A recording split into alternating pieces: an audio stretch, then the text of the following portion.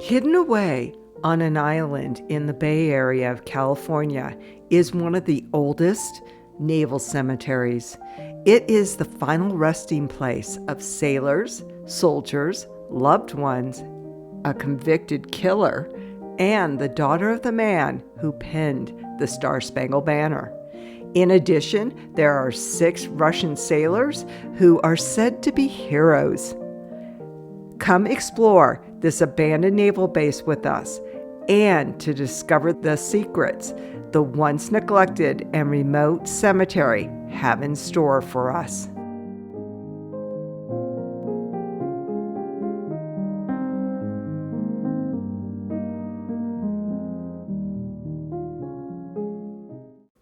The historic Mare Island is located in Vallejo, California, on the north side of the San Francisco Bay.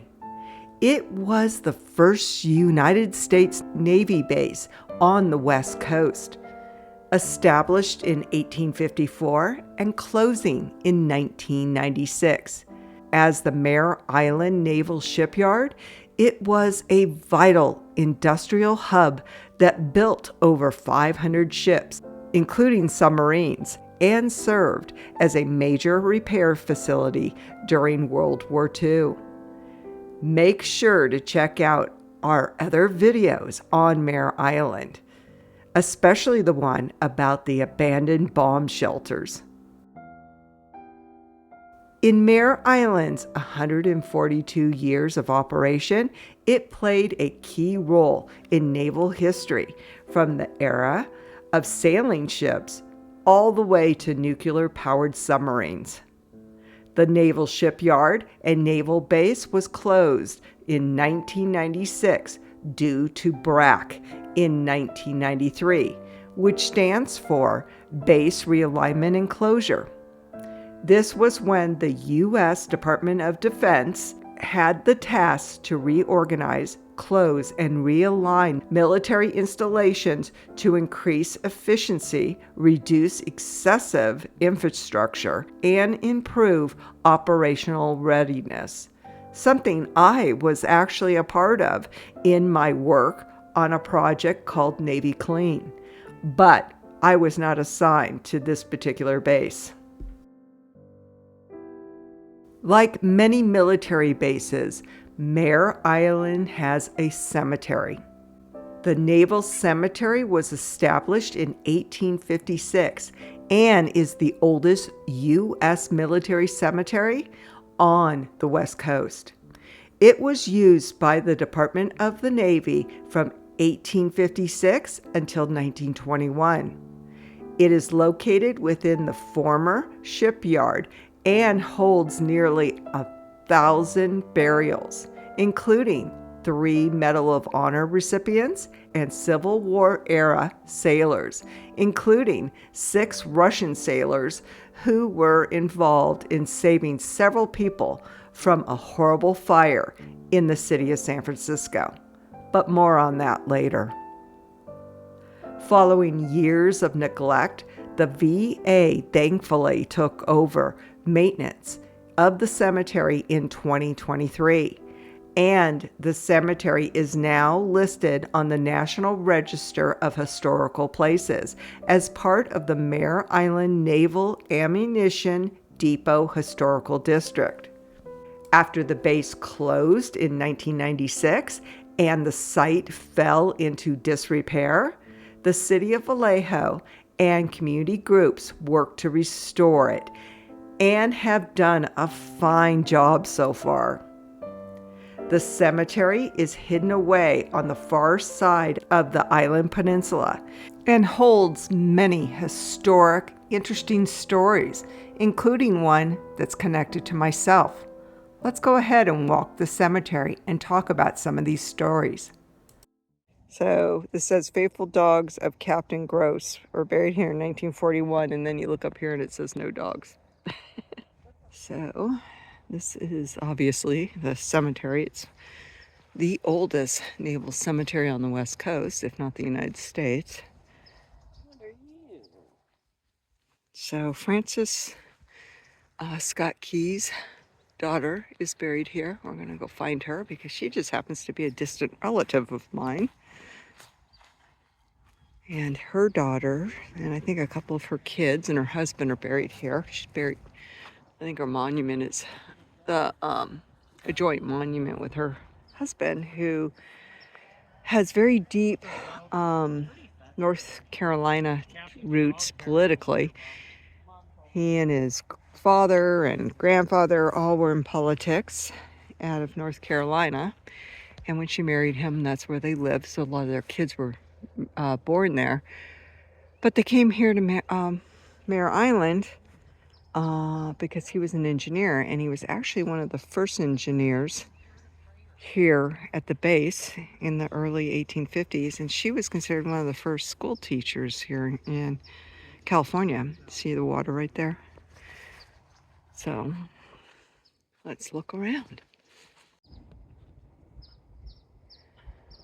So this last name is Coy,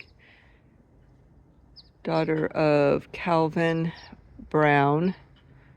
Yeah, this is the oldest part of the cemetery. And Mazel Tov, it says on it. So here we go. This is probably hers. Yes, this is Anna Key.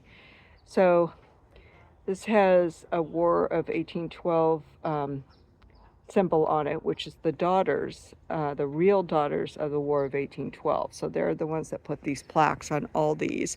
So that's how I know this is Francis Key's relatives. So right here, the Daughters of the American Revolution have also put a plaque. It's the one on the right. It says Anna Arnold Key Turner. That's her married name, Turner, daughter of Francis Scott Key.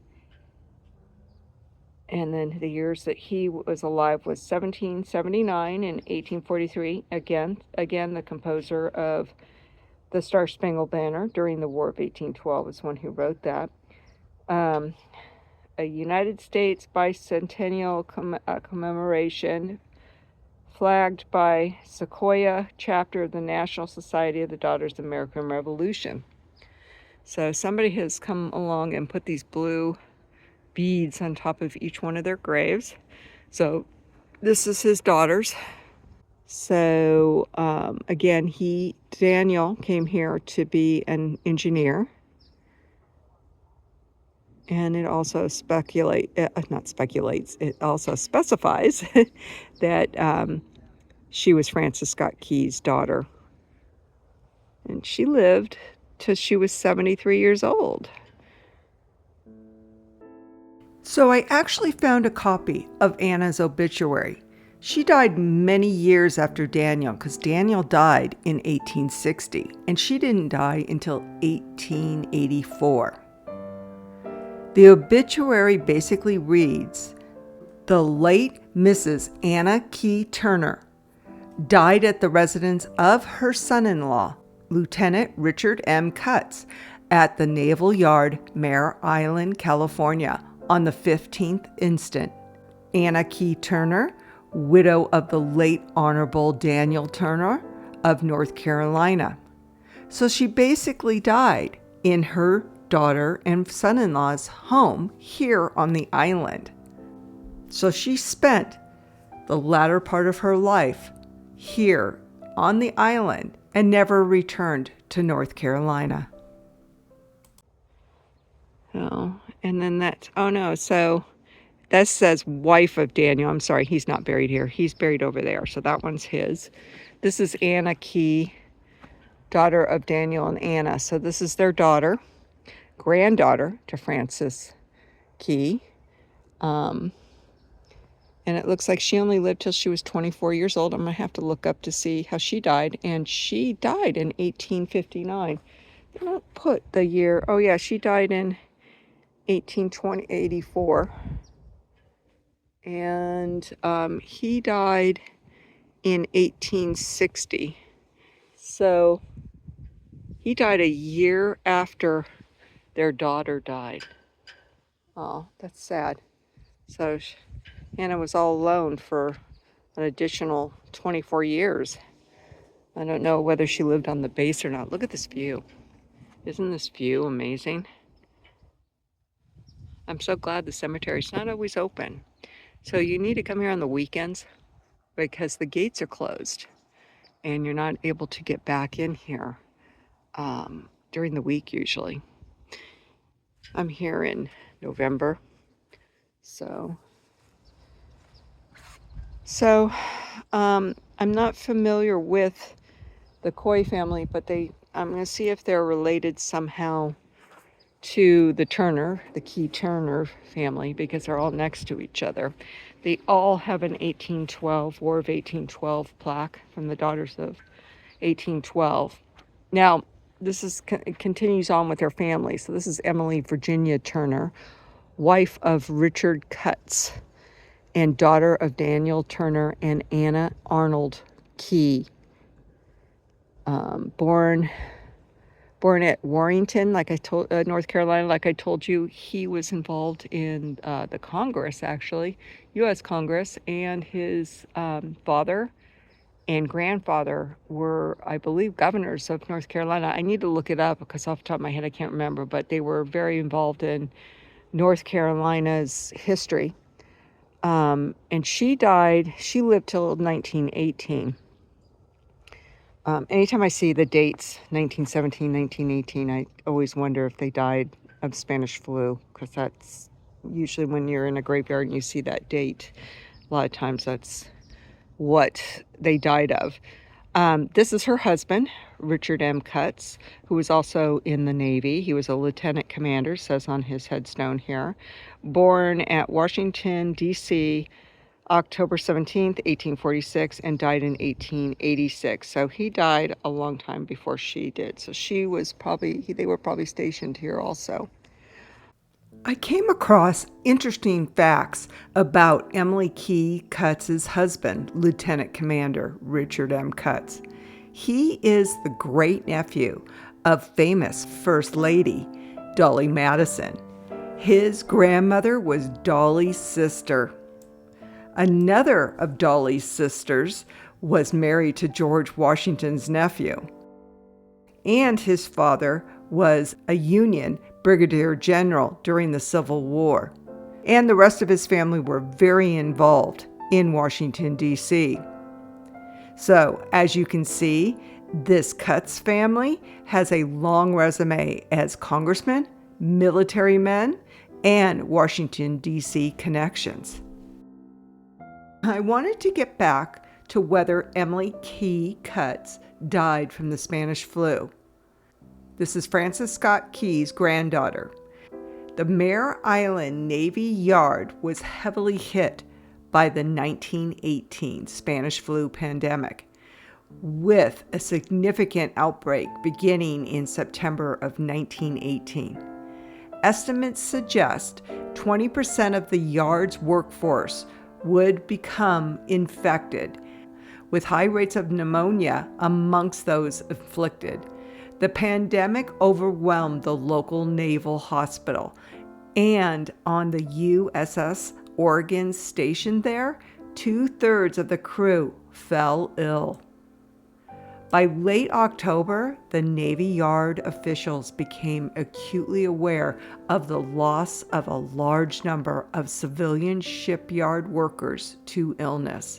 Navy doctors working in town reported they had discovered whole families ill with no one to take care for or feed them.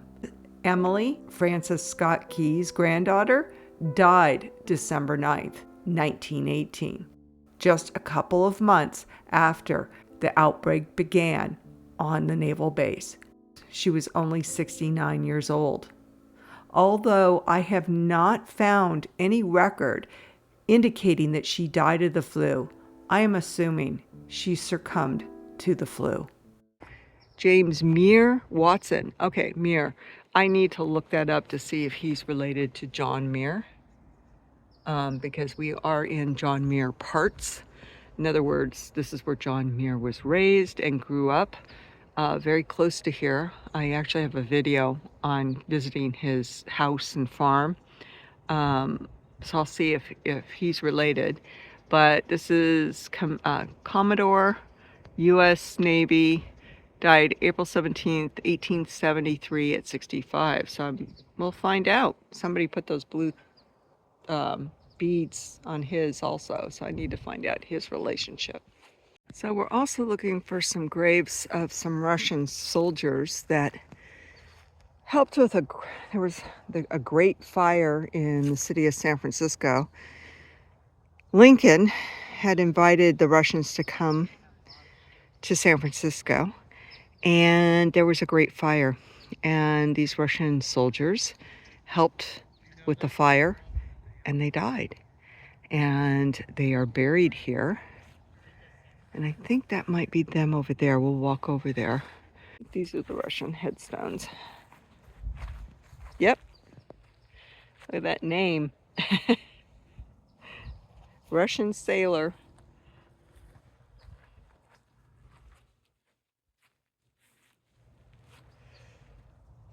Oh, they're all along here. It's all the crosses are the Russians ones. This one's interesting.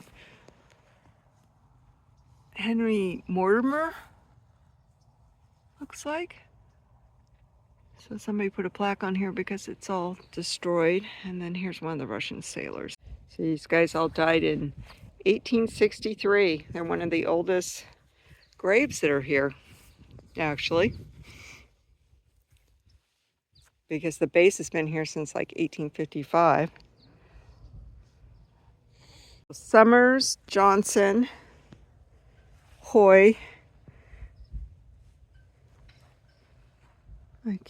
Barry. You can take the San Francisco ferry into the town. Lewis, Smith. These guys were all in the Mexican-American War and were buried at Dead Man's Island in San Pedro, in the harbor of San Pedro. And when they dredged it, they dredged the island and took it away, they found several skeletons, and that's where these guys were buried after the battle. I think it was called the Old Woman's Battle against the Mexicans. They were moved here. So that means that all these guys died in like 1840s, 40? I have to look at the date of the battle.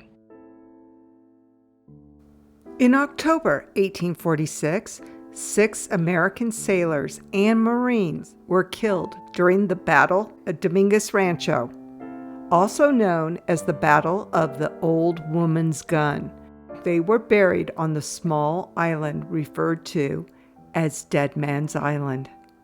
By 1858, as many as 11 bodies, including civilians and other military personnel, were interred on the island. As the island was removed to make way for San Pedro Harbor improvements, the remains of the sailors and Marines were moved to Mare Island Cemetery.